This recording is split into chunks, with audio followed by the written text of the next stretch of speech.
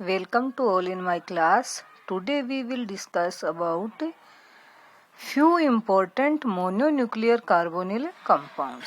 यानी mononuclear carbonyl compound हैं, उनके बारे में अपन आज पढ़ेंगे। तो सबसे पहला मोनोन्यूक्लियर कार्बोनिल कंपाउंड है टेट्रा कार्बोनिल निकिल। IUPAC नाम जब भी कार्बोनिल का लिखते हैं तो सबसे पहले कार्बोनिल की संख्या को दिखाना है, फिर निकिल और फिर ऑक्सीडेशन स्टेट। तो टेट्रा कार्बोनिल निकिल 0। धात्विक जो कार्बोनिल है, मेटल जो कार्बोनिल है, उसमें सबसे पहले निकल कार्बोनिल की ही खोज हुई थी, जिसका निकल के धातुक्रम में बहुत उपयोग किया जाता है। निकल टेट्रा कार्बोनिल है, ये मॉन्ड प्रक्रम में भी बनता है। मॉन्ड प्रक्रम के द्वारा इस निकल का क्या किया जाता है, शुद्धिकरण किया जाता है। तो जब भी धातु क्रम का मतलब किसी भी धातु को प्राप्त करने का जो पूरा प्रोसेस है उसे क्या कहते हैं, धातु क्रम, मेटलर्जी कहते हैं। और इसके अंतर्गत जो निकिल है उसके धातु मेटल कार्बोनिल का निर्माण सबसे पहले किया गया था। ये क्वेश्चन जीके में भी पूछा जाता है, जनरल साइंस में भी पूछा जाता है कि मॉन्ड प्रक्रम के द्वारा किस धातु का शुद्धिकरण किया जाता है। तो निकल का शुद्धिकरण है वो मॉन्ड प्रोसेस से किया जाता है। इसमें निकल और कार्बोनिल को मिला करके गर्म करते हैं तो टेट्रा कार्बोनिल निकिल बनता है, और फिर उसको वापस तोड़ते हैं तो अपने को क्या मिलती है, निकिल। और इस दौरान क्या होती है, अशुद्धियां हैं वो अलग हो जाती है। तो preparation of metal carbonyl, mononuclear metal carbonyl है उसका निर्माण। जनरल जो प्रिपरेशन की मेथड है वो अपन ने डिस्कस की है पहले के वीडियोज में, लेकिन ये टेट्रा कार्बोनिल निकिल को कैसे बनाया जाता है। तो निकिल धातु और कार्बोनिल के सीधे संयोग द्वारा निकिल कार्बोनिल को बनाया जा सकता है। यदि धात्विक निकिल है वो महीन चूर्ण अवस्था में हो तो 100 डिग्री सेंटीग्रेड तक के तापमान व सामान्य दाब पर अभिक्रिया ये संपन्न की जा सकती है। तो निकिल का जो महीन चूर्ण है और उसको कार्बोनिल के साथ मिला करके उच्च ताप और दाब पे गर्म करते हैं तो क्या बनता है, टेट्रा कार्बोनिल निकिल। और यदि ताजा अपचयित निकिल हो तो वायुमंडलीय दाब व 30 से 50 नॉर्मल जो टेम्परेचर है उस पे भी अभिक्रिया होकर के क्या मिल जाता है, टेट्रा कार्बोनिल निकिल। कब, जब ताजा अपचयित निकिल है या महीन चूर्ण है तो ताप है वो उच्च चाहिए। निकिल के जो लवण है उसके विलयनों में CO2 gas, CO carbon monoxide जो है वो गैस प्रवाहित करके भी निकिल कार्बोनिल बनाया जा सकते हैं। यानी एक तो डायरेक्ट मेटल और कार्बोनिल की रिएक्शन से, अगर वो मेटल है वो बनाया हुआ, ताजा बनाया हुआ है, क्योंकि जब भी किसी धातु को प्राप्त करते हैं तो कौन सी अवस्था में प्राप्त करते हैं, अपचयित, उसका अपचयन करता है। क्योंकि जो धातु क्रम में धातु है वो धातु अयस्क से प्राप्त किया जाता है, और अयस्क में जो धातु है वो ऑक्सीडेशन स्टेट में होता है। और जब उस अयस्क से धातु प्राप्त करते हैं तो धातु का क्या करते हैं, लास्ट में अपचयन करते हैं। तो ताजा अपचयित धातु है तो कम तापमान पे ही क्या मिल जाएगा, कार्बन मोनोऑक्साइड गैस प्रवाहित करेंगे, अभिक्रिया करेंगे, तब कम तापमान पे अभिक्रिया हो जाएगी। लेकिन अगर महीन चूर्ण लिया है तो उच्च ताप और उच्च दाब पे अभिक्रिया होगी। निकिल के जो लवण है, निकिल साइनाइड है, निकिल सल्फाइड है, निकिल क्लोराइड है, इनकी अभिक्रिया कार्बन मोनोऑक्साइड गैस से करवाते हैं तो भी क्या मिलता है, निकिल मिलता है, टेट्रा कार्बोनिल निकिल मिलता है। और जो निकिल का जो साल्ट है उसमें जो एनाइन है वो अलग हो जाता है। एक संयोजी निकल के संकुलों की असमानुपातन डिस्प्रोपोर्शनेशन रिएक्शन। डिस्प्रोपोर्शनेशन रिएक्शन क्या होती है, इस रिएक्शन में जो कंपाउंड है उस कंपाउंड का जो सेंट्रल मेटल एटम है उसकी ऑक्सीडेशन स्टेट बढ़ती भी है और घटती भी है, उसे क्या कहते हैं, डिस्प्रोपोर्शनेशन। ये एक तरह की रेडॉक्स अभिक्रिया है जिसमें ऑक्सीडेशन भी होता है और रिडक्शन भी होता है। तो जैसे डिस्प्रोपोर्शनेशन अभिक्रिया के द्वारा ये बनाए जा सकते हैं। इसके लिए पहले निकिल सेकंड संकुल को अपचयित करके निकिल फर्स्ट संकुल प्राप्त करते हैं और फिर उसमें CO गैस प्रवाहित करते हैं। इस प्रकार बने यौगिक की HCl के साथ क्रिया कराने पर निकिल कार्बोनिल मिलता है। K2NiCN4 potassium tetracyanido nickelate second.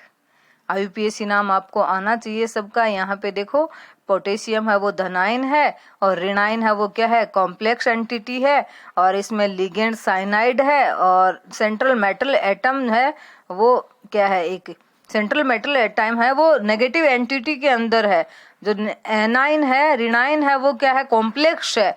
तो इसके लिए जो निकिल है, सेंट्रल मेटल एटम है, उसके साथ क्या लगेगा, 8 लगेगा। तो नाम क्या हो गया, पोटेशियम टेट्रासाइनिडो निकलेट सेकंड की अभिक्रिया पोटेशियम अम्लगम से करवाई है। तो यहाँ पे निकिल सेकंड से निकिल किस में चेंज हो गया, फर्स्ट में चेंज हो गया। अब उसमें कार्बन मोनोऑक्साइड गैस प्रवाहित करी तो K2NiCN3CO बन गया, और उसकी अभिक्रिया HCl से करवाई तो क्या बन गया, NiCO4। तो डिस्प्रोपोर्शनेशन हो गया, निकिल जो 2+ है, 2+ से किस में आ गया, +1 में आ गया और 0 में भी चला गया। अब है टेट्रा कार्बोनिल, जो निकिल कंपाउंड है उसकी फिजिकल प्रॉपर्टीज और केमिकल प्रॉपर्टीज।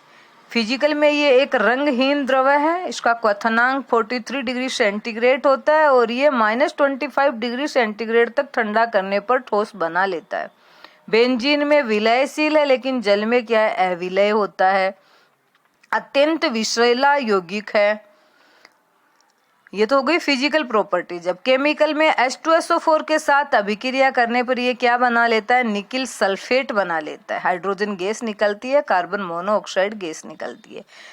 इसकी गैसीय अवस्था में अथवा क्लोरोफॉर्म के विलयन में नम नाइट्रिक ऑक्साइड भेजने पर गहरे नीले रंग का विलयन प्राप्त होता है। टेट्रा कार्बोनिल जो निकिल है वो गैसीय अवस्था या तो गैसीय अवस्था में या क्लोरोफॉर्म के साथ इसका जो विलेन है उसमें नम नाइट्रिक ऑक्साइड है, उसके साथ अभिक्रिया करवाएंगे। नम नाइट्रिक ऑक्साइड, नम का मतलब जल ले लिया, वेट ले लिया इसको, उसके साथ अभिक्रिया करवाई है तो गहरा नीला कंपाउंड मिलता है। PCl3 के साथ इसके समस्त CO समूह क्या हो जाते हैं, जब भी टेट्रा कार्बोनिल निकिल की अभिक्रिया ट्राइक्लोरोफॉस्फीन से करवाई जाती है, PCl3 से करवाई जाती है, तो PCl3 है वो निकिल के सारे कार्बोनिल को क्या कर देता है, प्रतिस्थापित कर देता है। एल्किल व एरिल आइसोसाइनाइड, चाहे एल्किल RNC हो चाहे एरिल ARNC, आइसो जो साइनाइड समूह है वो भी CO को क्या कर देते हैं, प्रतिस्थापित करके पीला क्रिस्टलीय ठोस बनाते हैं। एथेनॉल विलयन में ऑर्थोफिनेंथ्रोलिन इसके साथ क्रिया करके रूबी जैसा रेड क्रिस्टल बनाते हैं। ऑर्थोफिनेंथ्रोलिन है वो टेट्रा कार्बोनिल निकिल के साथ रिएक्शन करता है, 2 कार्बोनिल को क्या कर देता है, सब्स्टिट्यूट कर देता है और क्या बना लेता है, रेड रूबी टाइप के क्रिस्टल बना लेता है। 180 डिग्री सेंटीग्रेड तक गर्म करने पर यह विघटित होकर के निकिल धातु मुक्त करता है।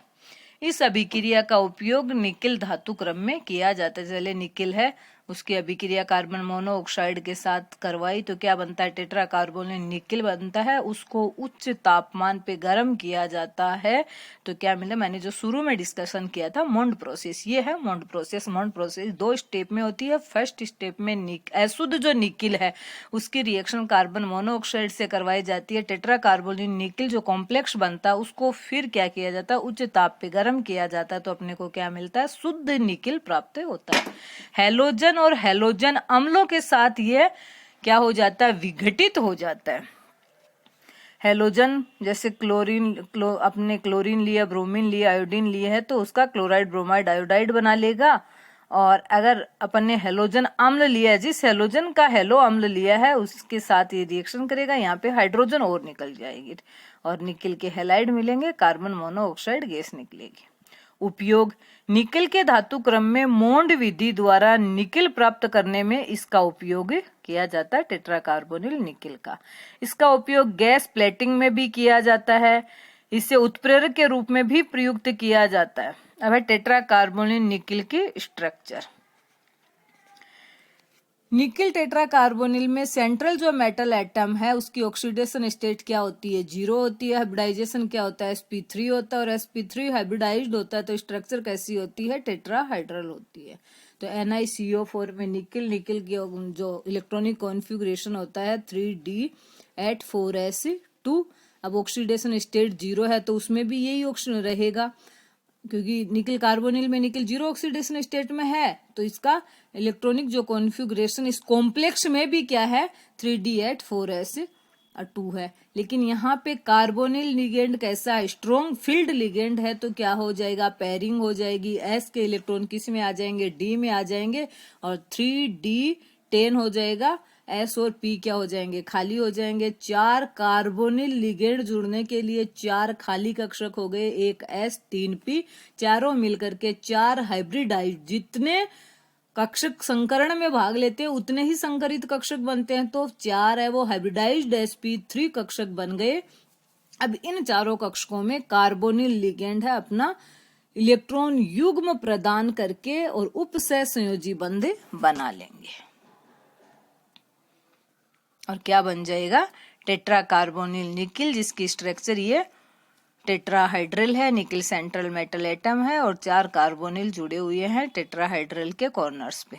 निकिल टेट्रा कार्बोनिल की निम्न प्रकार की क्या होता है अपन देखते हैं। जो पिछली स्ट्रक्चर अपन ने देखी, इस स्ट्रक्चर के अकॉर्डिंग चारों कार्बोनिल है वो इलेक्ट्रॉन पेयर प्रदान करके बॉन्ड बना रहे हैं। इसका मतलब चारों के चारों बॉन्ड निकिल के चारों कार्बोनिल के साथ बने हुए बॉन्ड सेम है, लेकिन इनकी कई रिएक्शंस इस कंपाउंड की ऐसी हैं जिससे ये प्रतीत होता है कि चारों कार्बोनिल ने निकिल के साथ सेम बॉन्ड नहीं बना रखा है, यानी बॉन्ड ऑर्डर सेम नहीं है। तो जैसे कि चारों कार्बोनिल समूह में से 2 की नेचर क्या होती है, भिन्न होती है। फिनेंथ्रोलिन से अभिक्रिया करवाते हैं तो 2 ही सब्स्टिट्यूट हो पाते हैं, 2 रहते हैं। ऐसे ही डाई आर्सिन से अभिक्रिया करवाई जाती है तो 2 कार्बोनिल क्या हो जाते हैं, सब्स्टिट्यूट हो जाते हैं और 2 जुड़े रहते हैं। इसका मतलब ये 2 है वो वीकली बॉन्डेड है और बचे हुए 2 क्या स्ट्रॉन्गली बॉन्डेड है। ये पता लगाने के लिए और इसकी ये अलग ही संरचना है वो एक मानी गई कि जिसमें 2 कार्बोनिल समूह एकलबंध के द्वारा निकिल के परमाणु के साथ जुड़े हुए रहते हैं जो आसानी से प्रतिस्थापित हो जाते हैं, जबकि शेष 2 है वो डबल बॉन्डेड होते हैं। जो डबल बॉन्डेड है उन कार्बोनिल में कार्बन और ऑक्सीजन के बीच का बॉन्ड ऑर्डर डबल होगा और जो सिंगल बॉन्डेड है उनमें कार्बन और ऑक्सीजन के बीच का बॉन्ड ऑर्डर क्या होगा, ट्रिपल होगा। तो इन्होंने क्या किया, इस स्ट्रक्चर को ऐसे समझाया कि निकिल का देखो यहाँ जो ये स्ट्रक्चर दिख रही है इसमें आपको दिख रहा है कि निकिल का जो इलेक्ट्रॉनिक कॉन्फ़िगरेशन है वो 3D@4s2। अब आगे क्या किया इन्होंने, S के जो इलेक्ट्रॉन है वो जैसे पेयर कर रहे थे वैसे ही S के इलेक्ट्रॉन को किस में भेज दिया, 4p में भेज दिया। तो अपने पास 4 क्या हो गए, अयुग्मित इलेक्ट्रॉन हो गए और 2p क्या हो गए, खाली हो गए। जो 2 खाली p हैं उनमें जो इलेक्ट्रॉन पेयर डोनेट कर रहे हैं वो कार्बोनिल तो क्या बना रहे हैं, सिंगल बॉन्ड। और बचे हुए जो 2 कार्बोनिल हैं वो अपना एक इलेक्ट्रॉन, 4 बचे हुए हैं सिंगल इलेक्ट्रॉन है, 4 अनपेयर्ड इलेक्ट्रॉन है, उन चारों में से 2 में अपना एक इलेक्ट्रॉन देकर के क्या बना रहे हैं, एक सिग्मा और एक पाई बॉन्ड बना रहे हैं। यानी 2 ने तो बना लिया सिंगल बॉन्ड और 2 ने क्या किया, एक S और एक P के साथ सिंगल बनाया सिग्मा और फिर बचे हुए एक को पाई बॉन्ड के द्वारा। इसका मतलब यहाँ पे जो पाई बॉन्डेड है वो स्ट्रांगली बॉन्डेड हो गए, वहां बॉन्ड ऑर्डर क्या हो गया, 2 हो गया। और जो सिंगली बॉन्डेड है उनका बॉन्ड ऑर्डर सिंगल हो गया, तो ये क्या हो गया, वीक बॉन्ड हो गया। और जिसके कारण ये जो सिंगल बॉन्डेड कार्बोनिल हैं वो आसानी से प्रतिस्थापित हो जाते हैं, जबकि डबल बॉन्डेड नहीं हो पाते हैं। यानी टेट्रा कार्बोनिल निकल में जो चारों निकल हैं उनकी निकल के साथ जुड़े हुए चारों कार्बोनिल के चारों कार्बन की नेचर सेम नहीं है, 2 डबल बॉन्डेड और 2 क्या है, सिंगल बॉन्डेड। और इसे स्पेक्ट्रोस्कोपी के द्वारा भी प्रूव किया जा सकता है। Thank you.